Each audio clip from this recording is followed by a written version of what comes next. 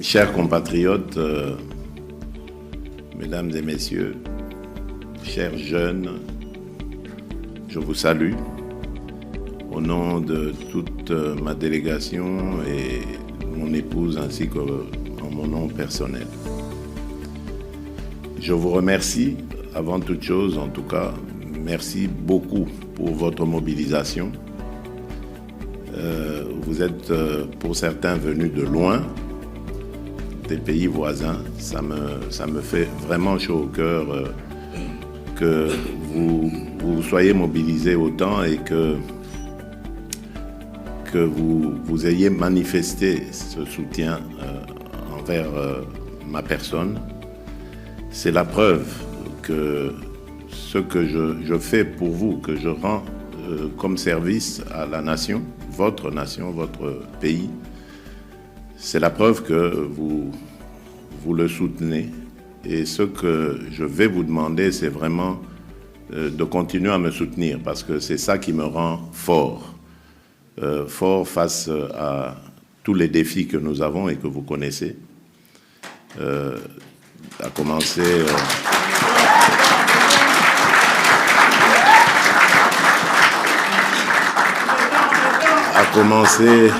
commencer bien entendu par le défi sécuritaire. Comme vous le savez, nous oppose à un de nos voisins belliqueux depuis 2022, mais en réalité depuis plus longtemps. Mais c'est depuis 2022 qu'il a vraiment manifesté ses réelles intentions, qui ont été depuis près de 30 ans de déstabiliser l'Est de la République démocratique du Congo afin qu'il n'y ait pas du tout d'autorité de l'État dans cette partie du pays pour lui permettre à ce voisin donc de continuer à piller tranquillement et à développer son économie. Et comme vous le savez, nous sommes à la croisée des chemins. Nous sommes en train d'aller tout doucement, mais sûrement, vers la fin de ces horreurs, des horreurs qui ont entraîné des millions de victimes dans notre pays. C'est pour ça que nous parlons aujourd'hui, haut et fort, d'un génocide congolais, un génocide que la communauté internationale a ignoré pour des raisons évidentes, parce qu'évidemment, ce voisin belliqueux travaillait avec le soutien de certaines puissances. Il travaillait à piller nos ressources et à servir les industries de haute technologie de ces pays-là. Nous avons fait non seulement que de dénoncer ces abus, mais nous avons également résisté face à ces exactions continues de la part de ce voisin. Et je peux vous le dire avec assurance que le mal était profond. Le mal, quand je dis profond, c'est-à-dire il avait miné nos institutions. Cette guerre, si elle a duré aussi longtemps, c'est parce qu'elle prend ses racines dans notre pays, dans nos institutions. Donc, ce que nous faisons est vraiment un véritable déboulonnage. Nous sommes non seulement en train de mettre en sécurité, définitivement d'ailleurs, je l'espère, nos compatriotes de l'Est qui ont payé un lourd tribut à cela, mais nous sommes aussi en même temps en train de mettre fin à cette infiltration dont nous avons été victimes pendant près de 30 ans maintenant. Car comme vous le savez, c'est depuis le génocide rwandais que le mal s'est invité chez nous. La communauté internationale avait demandé à ce que le Zaïre de l'époque ouvre ses frontières à ce peuple meurtri et à ces populations qui fouillaient le génocide. Mais malheureusement, en ouvrant nos portes, nous avons introduit ce qui va donner un prétexte plus tard à ce pays voisin, les génocidaires, et qui ont fait l'objet évidemment de poursuites, comme vous le savez. Et ces poursuites sont devenues aujourd'hui un prétexte pour 30 ans après, figurez-vous. Donc on continue à penser que ces gens qui ont 30 ans de plus que ceux qu'ils avaient à l'époque, donc ils doivent tourner autour de 60 ans, voire 70 ans pour certains même, si pas 80, constituent toujours une menace, soi-disant, pour ce voisin. Vous comprenez donc que ce n'est qu'un prétexte qu'on a brandi pendant longtemps pour justifier les infiltrations dans notre pays, la déstabilisation de l'Est. Prétexte parce qu'en réalité, derrière tout cela, ce sont les pillages de nos ressources naturelles, nos ressources agricoles. C'est ça qu'il y avait en toile de fond, qui était la vraie raison de ce discours mensonger. Et aujourd'hui, grâce à Dieu, nous sommes en train de tendre vers la fin. Je crois que vous êtes au courant maintenant que, grâce à l'initiative évidemment du président Donald Trump, que je remercie au passage, et à travers lui, je remercie également l'émir du Qatar et les chefs d'État angolais et togolais aujourd'hui, et l'ancien président de la République du Kenya, qui sont des hommes qui ont vraiment, qui se sont mis à la tâche, qui se sont coupés en quatre pour aider la République démocratique du Congo à sortir de cet enfer, car c'est vraiment un enfer que nous avons vécu. Et donc je disais que vous devez être au courant que le 4 du mois prochain, dans quelques jours donc, le 4 décembre, nous avons rendez-vous à Washington pour, autour du président Donald Trump, signer cet accord de paix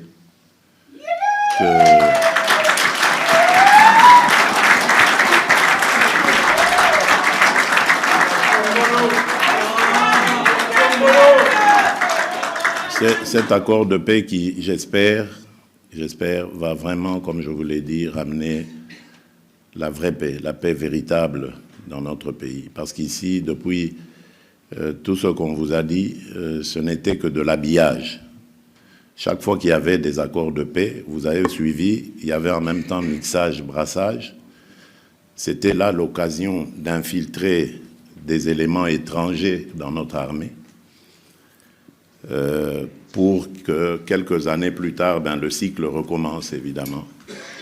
Voilà pourquoi, durant tous ces accords qu'il y a eu, enfin toutes ces discussions, parce qu'il n'y a pas encore vraiment d'accord, toutes ces discussions que nous avons eues à Washington ou à Doha, pour nous, la ligne rouge, c'était d'accéder à la demande de ces belligérants-là d'accepter toute idée de mixage et de brassage. C'est exclu.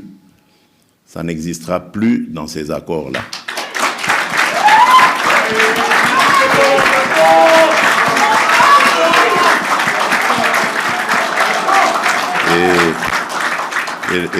Et nous avons dit que s'il y a des Congolais parmi eux, eh bien, ils seront checkés.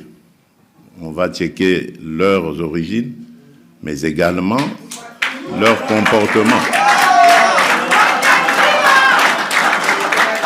Donc, il est hors de question d'accepter, même si ce sont des Congolais, des belligérants qui auront versé le sang de nos compatriotes. Donc, tout cela sera checké et il n'est plus question de faire de brassage et de mixage avec ces bandits.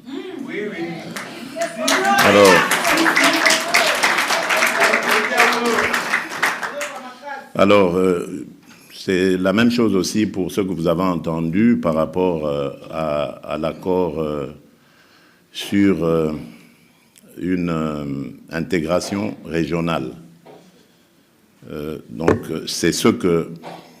je veux dire, il n'y a rien de nouveau là. C'est ce que j'avais proposé lorsque je suis devenu président en 2019. J'avais fait de mes voisins ma première destination à l'extérieur, si vous vous souvenez. Mes premiers voyages à l'étranger, c'était dans la région, parce que je voulais rencontrer ces pays voisins pour leur proposer de vivre en paix à travers la mise en œuvre de politiques régionales, commerciales, économiques, qui vont nous amener à nous développer ensemble et à faire le bonheur de nos populations respectives. Malheureusement, bon, il y en avait qui étaient très mal intentionnés et qui, comme vous le savez, nous ont poignardés dans le dos depuis 2022. Mais, qu'à cela ne tienne, mon idée reste la même, parce que je suis panafricaniste avant tout. Je ne peux pas imaginer le développement de l'Afrique, de la République démocratique du Congo, sans imaginer aussi en même temps celui de l'Afrique.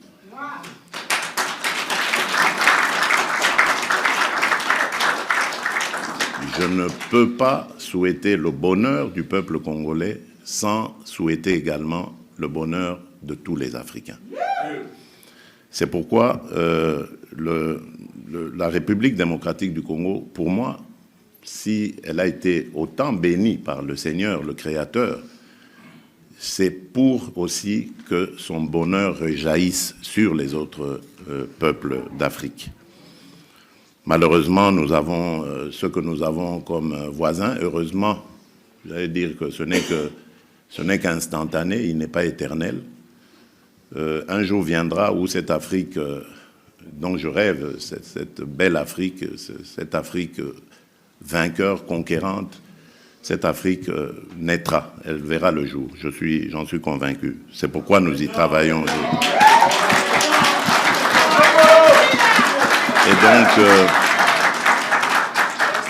Et donc pour revenir à cet accord sur l'intégration régionale, je disais qu'elle n'aura lieu avec le Rwanda seulement, parce qu'il y a d'autres pays à côté. Elle ne prendra compte du Rwanda que lorsque celui-ci aura quitté totalement le sol congolais, il nous aura laissé en paix et que la confiance entre nous sera reconstruite. Parce que vous vous imaginez bien, on ne fait pas de commerce avec quelqu'un dont on se méfie, en qui on n'a pas confiance. Ça ne peut pas exister. Donc ne vous laissez pas entraîner par les effets d'annonce. Cet accord, certes, il existe et il sera signé, mais vous verrez que, quelque part, nous avons tenu à ce que ça figure dans l'accord. Tout cela entrera en compte que si et seulement si la paix est réellement vécue entre nos deux pays, et la confiance aussi. Donc, nous avançons donc dans ce sens pour montrer que nous sommes pour la paix, parce que nous ne pensons pas que le développement peut se faire en dehors de la paix. La paix est d'abord le critère principal. Il faut vivre en paix pour ensuite penser investissement et développement. Donc ça, c'est indiscutable. Alors, à côté de ça, merci pour la confiance que vous me faites aussi par rapport à ce que nous essayons de faire dans notre pays pour ramener évidemment le Congo et les Congolais au niveau qu'ils méritent. J'ai hérité d'un pays qui était exsangue, un pays qui, je ne vous le cache pas, vous le savez, qui était dans des situations plus que désespérées, Mais aujourd'hui, je peux vous dire avec fierté, en relevant vraiment la tête, en vous regardant dans les yeux, que le Congo est en train de regagner sa dignité et son respect international.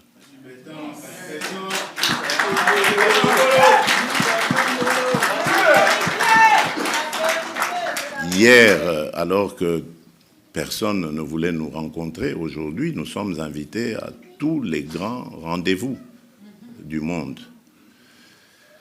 Et par rapport à notre peuple, nous essayons aussi de lui rendre cette dignité qu'on lui a volée depuis des décennies. Aujourd'hui, les enfants congolais peuvent retourner à l'école, quelle que soit la situation sociale de leurs parents. Vous savez qu'avec la mesure de la gratuité de l'enseignement, nous avons été victimes du succès de cette décision. Il y a plus de 5 millions d'enfants qui ont regagné le parcours scolaire. Les écoles n'arrivent même plus à contenir, les classes n'en parlons même pas, à contenir ce flot d'enfants revenus dans le parcours scolaire. Mais parce que, justement, c'est ça notre volonté. Et en même temps, à côté de cela, nous construisons des écoles. Nous essayons le plus possible. Le rythme est peut-être plus lent que le flux lui-même du retour, mais c'est ça les défis auxquels nous sommes confrontés, que nous devons absolument relever. Nous construisons des écoles le plus possible, en tout cas, pour que nos enfants puissent avoir l'éducation. C'est la seule manière, pour moi, de nous mettre à l'abri, désormais, de toutes les aventures qui nous ont désaxés, qui nous ont désorientés de notre destin. Il faut éduquer notre population, préparer notre jeunesse aux défis à venir. C'est vrai qu'il y a beaucoup de choses à faire, mais nous nous y attaquons parce que le plus important, c'est de commencer. Et c'est ce que nous sommes en train de faire. Nous avons commencé avec la gratuité au niveau fondamental.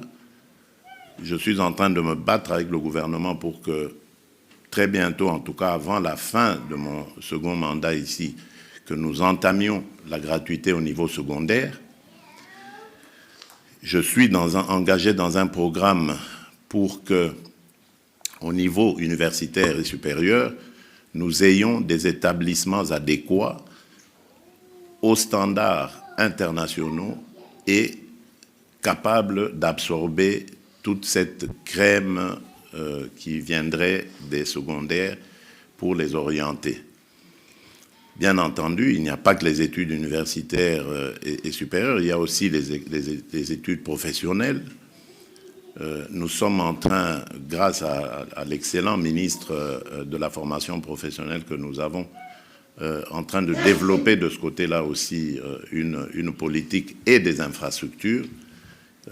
Ça suit. Donc l'essentiel, évidemment, c'est d'encadrer cette jeunesse pour qu'elle soit formée et aguerrie afin de prendre en charge le Congo de demain.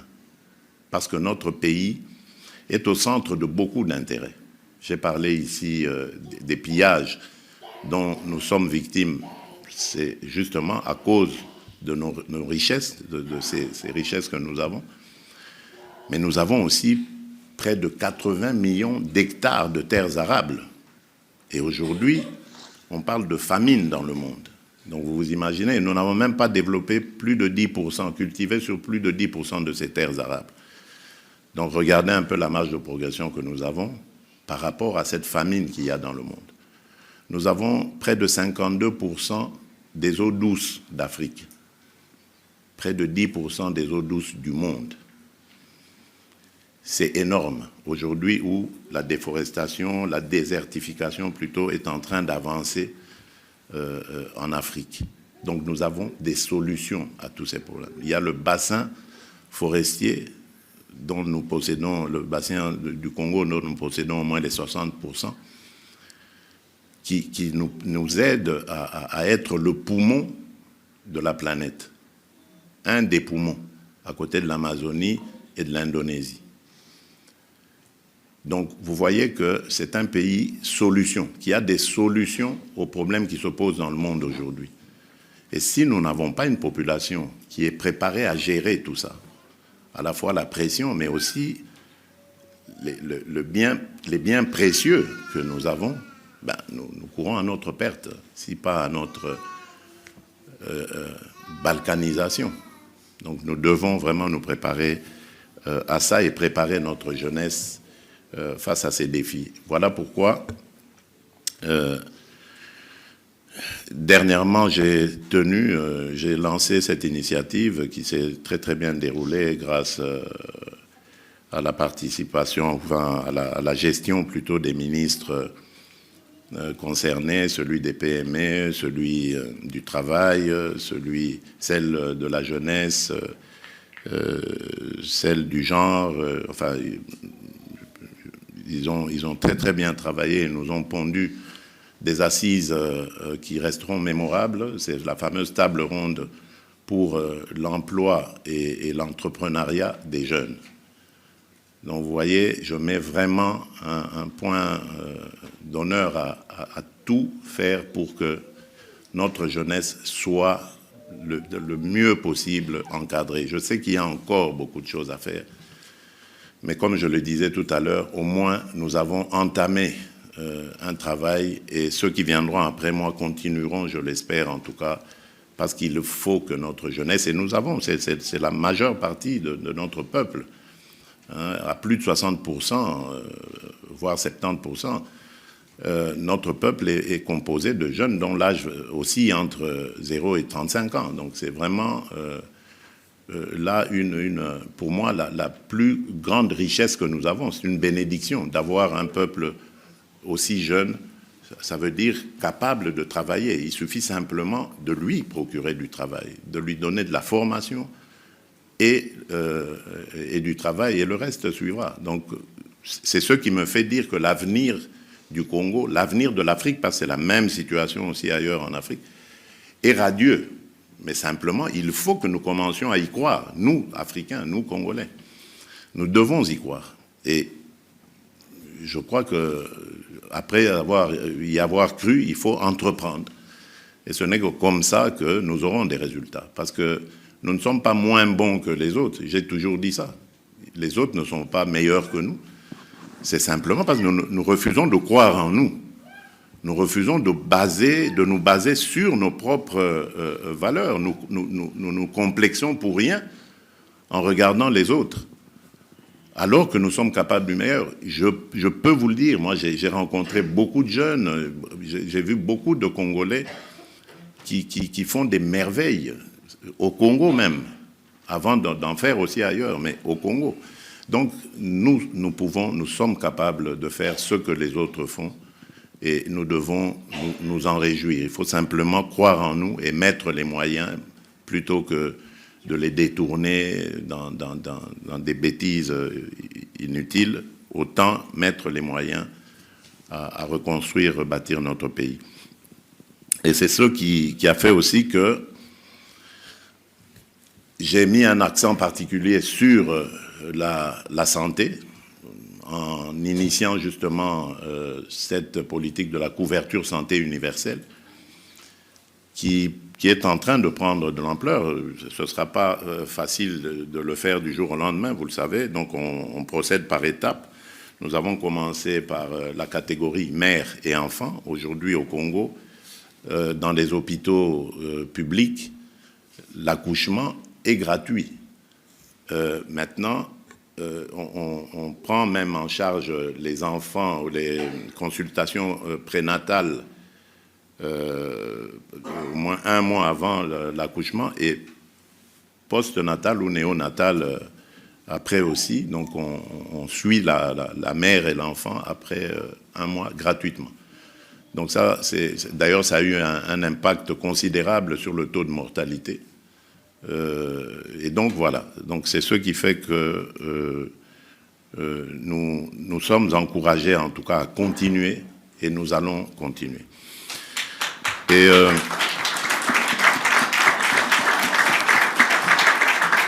Oui, donc nous allons continuer donc généraliser évidemment toute cette politique de couverture santé à tous les Congolais et à toutes les Congolaises.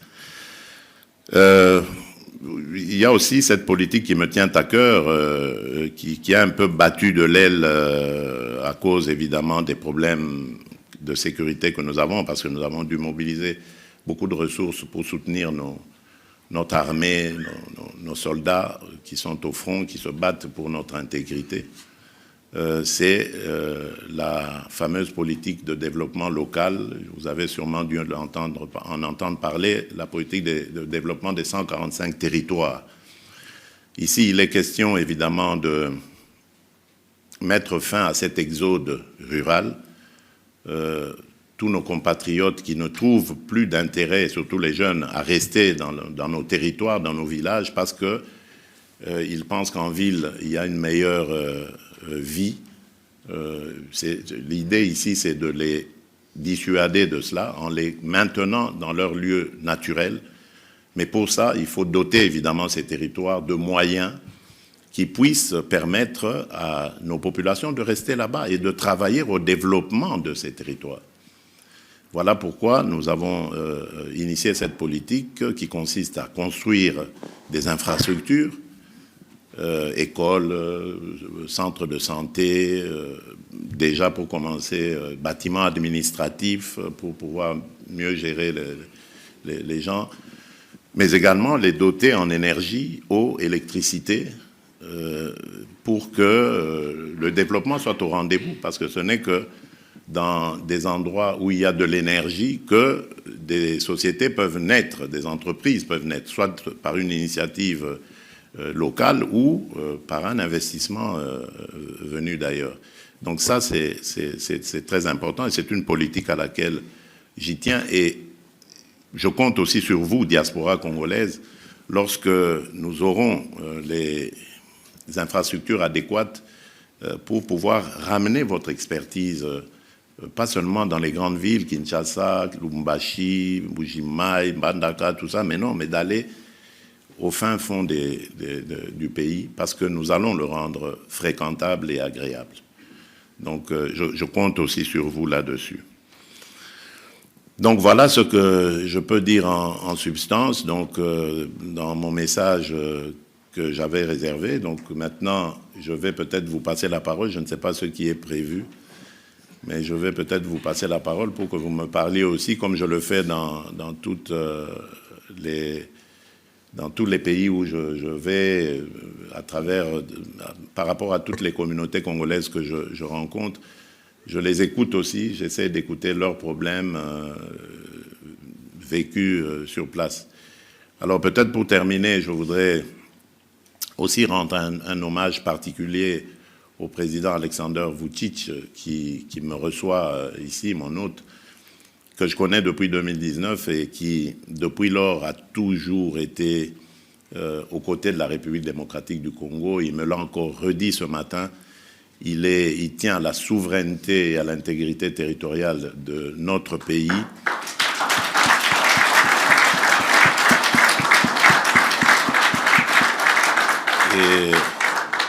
Et il est vraiment à nos côtés. Il va aussi, à sa manière, mener les démarches en tant que président de la Serbie pour que le Congo recouvre son intégrité et sa souveraineté. Je tenais vraiment à le remercier parce qu'il le fait par amitié. Il n'y a aucun intérêt quelconque qu'il a mis devant. Je peux vous le dire, aucun intérêt quelconque. Et même quand ses collaborateurs ont voulu faire avancer les échanges commerciaux et tout ça, il a pris soin de dire, d'abord, nous voulons le bien pour le Congo gratuitement. On n'attend rien en retour, rien en échange. C'est moi qui ai même dû insister pour dire, oui, mais d'accord, mais bon, il y a quand même une coopération qu'il faut développer. Et ça, j'ai trouvé ça d'une correction parfaite de sa part et je tiens vraiment à le remercier.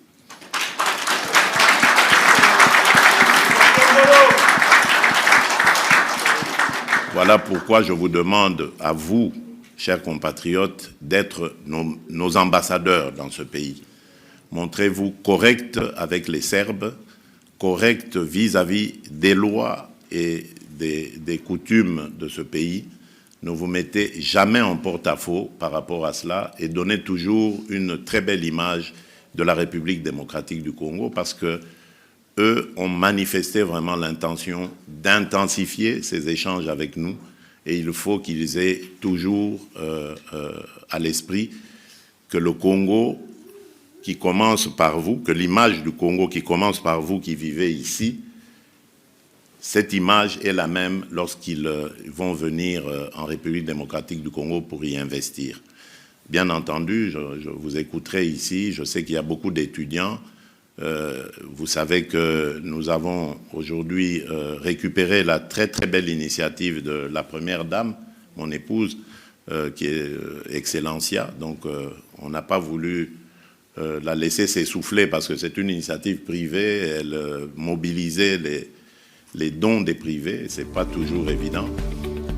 Nous avons donc décidé d'accompagner cette initiative en la récupérant au nom de l'État pour essayer, si pas en tout cas, de maintenir le très bon niveau que cette initiative a, mais même d'aller au-delà et de commencer à financer nous-mêmes toutes ces bourses, etc. Donc, nous serons toujours à vos côtés, chers jeunes. Vous pouvez compter sur moi parce que l'éducation, la santé et le développement, vraiment, ça fait partie des objectifs que j'ai pour redorer le blason de mon pays. Je sais que beaucoup de nos compatriotes étudiants à l'étranger, étudiants boursiers ont de sérieux problèmes parce que bon, ce sont des bourses qui ne sont pas toujours suffisantes, mais c'est déjà quelque chose, et merci à ces pays amis de disposer de cela. Mais vous avez raison, l'État congolais doit venir à votre rescousse et vous apporter le petit plus qui manque pour vous permettre de vivre dans des conditions adéquates.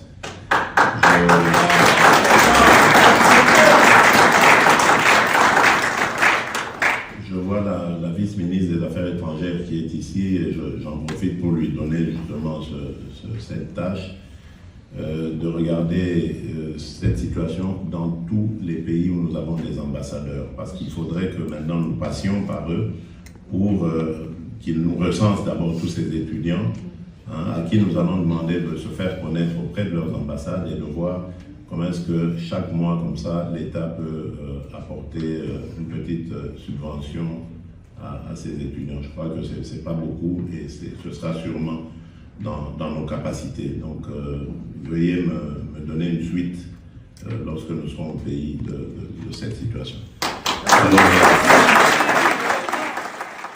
Je crois que vous êtes au courant des succès de nos léopards football.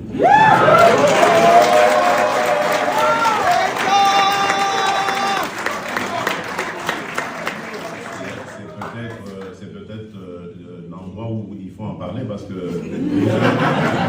pour ceux qui n'étaient pas encore nés à l'époque, en 1974, c'est ce pays qui nous avait infligé 9 buts à 0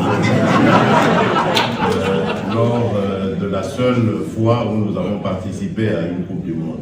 Les jeunes qui sont nés là ne savent même pas que le Congo a déjà participé à une Coupe du Monde. Et aujourd'hui, nous sommes à une encablure de revenir à la Coupe du Monde, grâce à l'excellent travail du ministre des Sports.